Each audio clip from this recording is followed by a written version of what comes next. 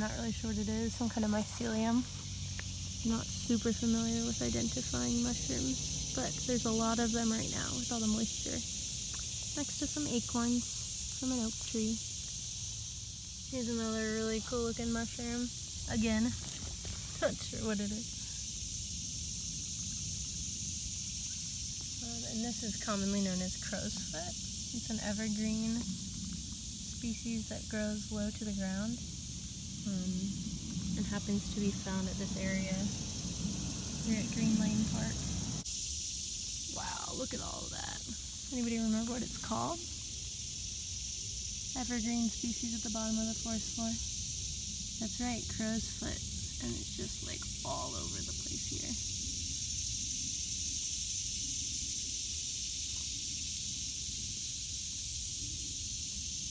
Sometimes I just like to lift up leaves and see like what kind of species are underneath. There's so many insects just living underneath the leaf litter because it's so rich in carbon and other nutrients required to live. Just saw an earthworm a little bit ago. But he dug right under there. But yeah, you'll find just like little exoskeletons left behind of insects that moved on. Let's see what we can find here. As long as you're not afraid to get dirty, you can find some pretty cool stuff. Oh, that looks like a little cockroach, I think. BLATTODEA. There's a little pill bug. Pretty familiar with those, I'm sure. If you've ever been in the dirt. Oh, there it goes. There's that little cockroach. Of course, we typically think of cockroaches being pest species, but in the forest, they're just another decomposer, and they're super helpful for decomposing every kind of thing, like branches and leaves.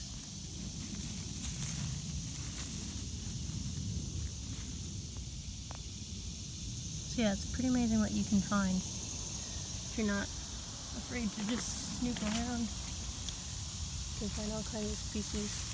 Oh, here go some earthworms. Earthworms are an interesting one because they're actually not a native species. Oh, no, this is a really fast one. It'd be good for fishing. They're actually not a native species, and you know, they're typically thought of as a good thing. However, with their introduction from Europe, they actually have reduced the number of native salamander species here in the U.S. So they're great decomposers, but they're great for fishing, but they're not necessarily, you know, a perfect species since they're not native, not from this area originally. There goes another earthworm. It's kind of like a snake. There it goes. There's all different species of earthworms too. So it's something you can look into if you're interested. There's a spider web. I don't know if there's anything caught in it, but the snail shells caught my eye. Appears to be a dead snail, but pretty cool. And you could bring that back and look at it if you're interested. This is like a massive oak tree. Massive oak leaf. My hands are pretty big, and it's still bigger than my hands. But I'll have to do a little bit of research and figure out what kind of oak tree that is. Just a little seedling. Or a sapling, I guess you could say. About the width of my finger. Okay, this is a really cool find. If you've ever been into Gumby, this is like Gumby colored orange. His little friend, the horse, I forget what his name. I'm gonna check it out. Wow.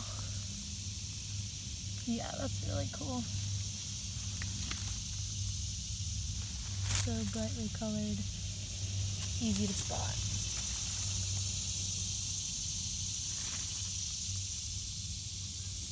Typically when you see anything brightly colored like that, it indicates it's poisonous or toxic. So definitely not something to do. This is something you'll probably hear me talk about many, many times. So you should definitely know what this is called.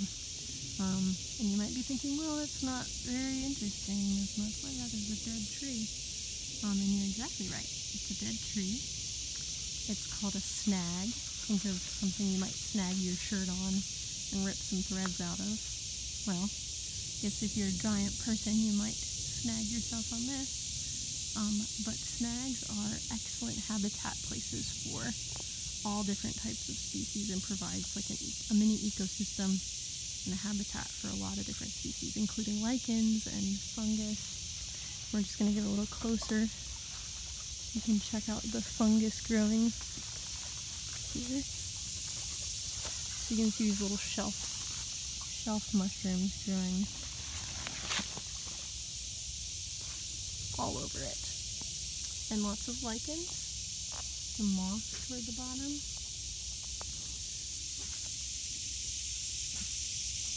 So, one of its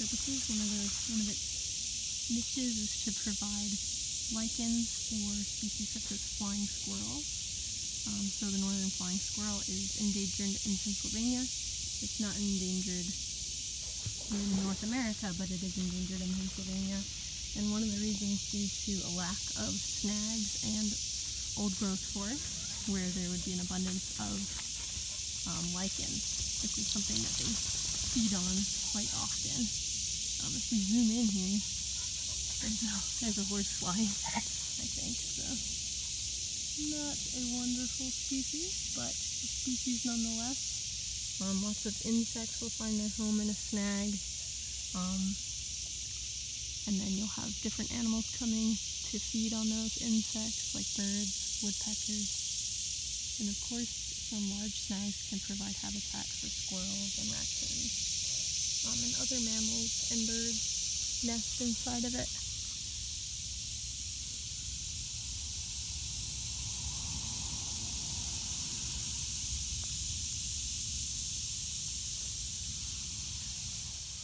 So, what do you think this is? Copper, what is it? What is it? Well, you might see similar stumps or branches in this wood. And this is actually evidence that beavers are or were living here. And you'll see many other evidence that suggests the beavers existed.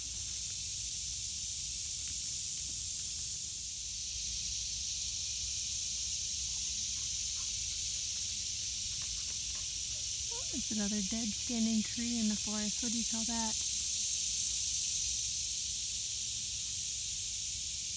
That's right, it's a snag. Another little stump with some teeth marks in it. Beavers are rodents, so if they stop chewing through wood, their teeth will actually grow so long that they could pierce through the beaver's skull. Copper and I just scared up a deer, so he's all freaking out. He's got himself tangled on the tree. There's a cute little fawn. Well, it's pretty big actually. Looks like it could get stormy here today. Not really a big surprise given this July and August. Some trash left behind by people. Just remember to take your trash with you. These are some things I'll be adding to my collection today. Because as you see underneath it, it looks different because the air is not allowed to penetrate through, so it actually prohibits plants from growing there. Also prohibits insects from going underneath there and digesting the dead organic material. Seems like these people have a lot of lids and then they don't have many containers. I wonder what happened to the container. Yeah, and littering is definitely a psychological thing. The more litter you see, the more you think it's acceptable to litter yourself. And more beaver evidence here.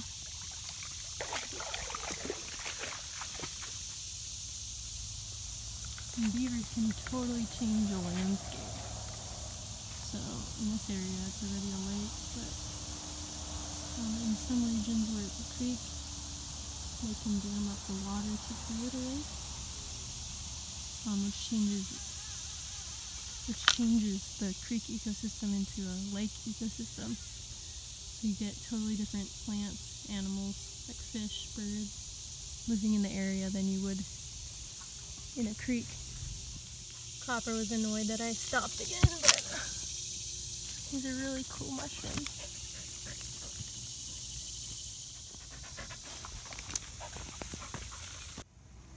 Here's a young maple tree. Just wanted to stop and give you a chance to see what a maple looks like.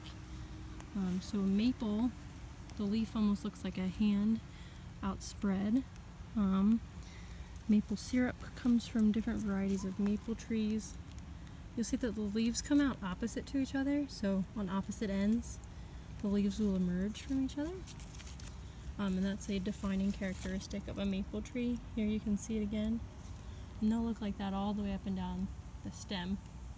So it's a maple tree. You might be familiar with their seeds, which look like little helicopters, tiny little helicopters, that you may have played with as a kid if you're growing up in North America. Copper and I want you to know just how neat nature is. So we thought we'd show ya.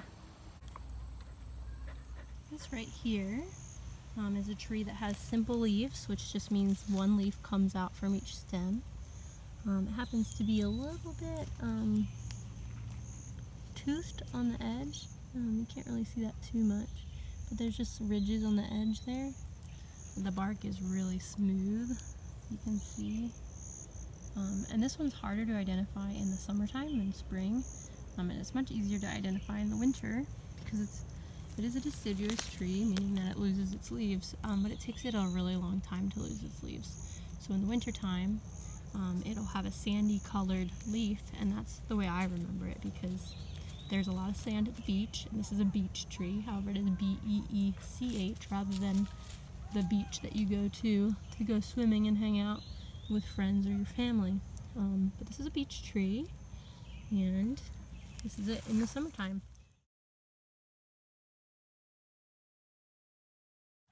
Wow, this is a really cool find. So this tree is definitely dead, and it's definitely standing, and it has some really cool things going on with its bark. But does anybody remember what a standing dead tree is called? Yep, that's right, it's a snag, and it has just started pouring, and I'm about to run out of battery.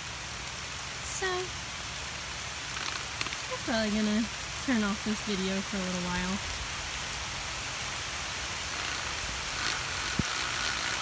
See if you can hear any thunder. That'd be kind of cool. Oops.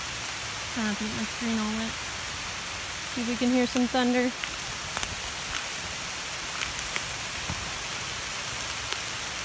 Who doesn't love a little rain? It's gotta be bonker in the heads not to enjoy a nice rain shower.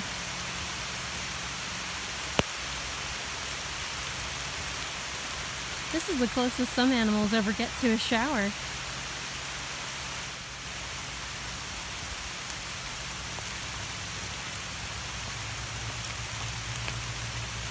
Just cruising through the forest with Copper as our guide. Here, buddy.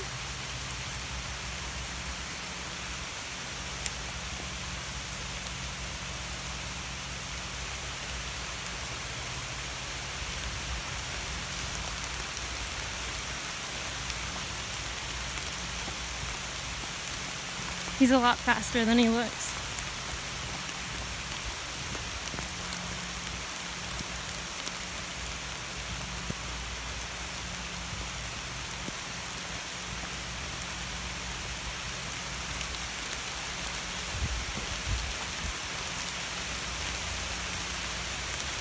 Nope, using Copper's water in the plants.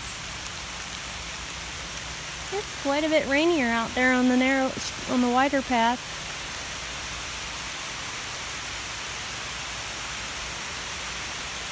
Come on, where's the thunder? Where's the thunder?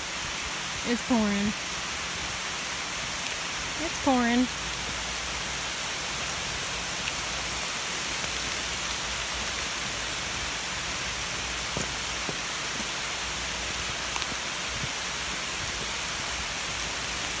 Ah, he's so wet. He got dried off. He's lucky. Look at that rain. Oh my goodness. It's raining so hard.